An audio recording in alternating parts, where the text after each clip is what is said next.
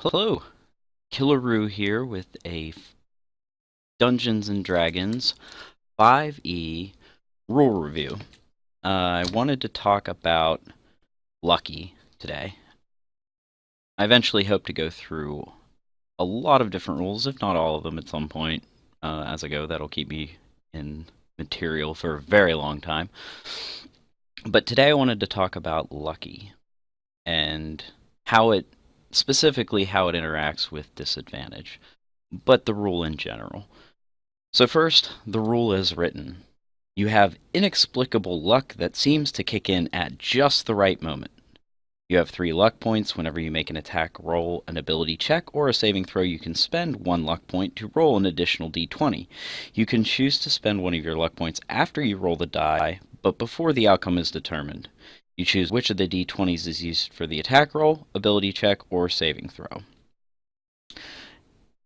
So this is relatively straightforward, except when it's being used a roll for which you have disadvantage. So the rule as written is not clear as to how it works.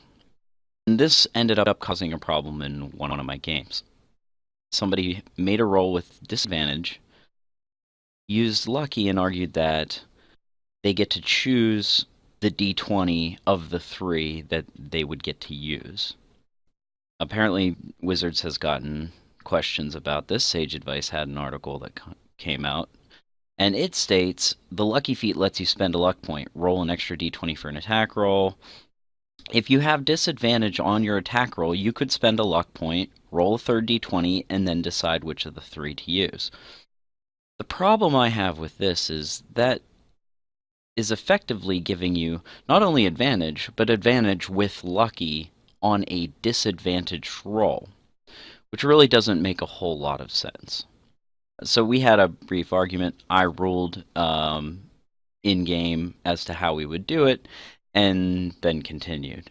So how did I rule this? I ruled this as the lucky roll works as a substitution roll. You roll that extra d20, that's your luck roll. You can then substitute that d20 for any other d20 roll that you have made for the check, the roll, whatever. And then at that point, it is substituting one of the other 2 rolls, and then you take disadvantage of those 2 rolls. Now, I came up with this and then actually came across a tweet by Jeremy Crawford. He is the lead designer of the Player's Handbook for 5e, which I think is a pretty decent source. And his tweet says, lucky feat plus disadvantage equals roll 2 d20s, that's your disadvantage roll, then roll an extra d20, keep it or one of the others, and use the lowest, which is effectively what I ended up ruling. So the easiest way to think of lucky is as a substitution roll, in my opinion, where it is that roll is substituting, if you want, for one of the other rolls that you had made where you're using it, whether it's an ability check or an attack roll.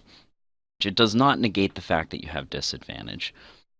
So again, I think this is probably the fairest way to play it. It still gives you a tremendous advantage on a disadvantaged roll, where if you have a high roll and a low roll, where you'd normally be taking the low roll, you roll your lucky die. If it's higher than that low roll, you've increased your odds of success by substituting out with the low roll, and then you take the lower of the 2, which still may end up being good enough, which was the case in my game. So what do you think? Do you think that's fair? Or do you think the rules as written, meaning you can choose which of the 3 d20s to use, is fair? I'd like to know what everybody thinks. Let me know in the comments. Send me a video response. And this is the first of hopefully many of these videos, and I apologize in advance for the editing of this. I'm just starting out on my video career here, so we'll see how it goes and if I'm any good at it. So yeah, let me know what you think about the video, what you think about the rule, and what you think about my ruling on it. And I'd love to get your thoughts. Let me know. You can hit me on YouTube or Twitter at KillerRoo, KillerRoo, two L's, two R's, two O's, and I will see you on the internet.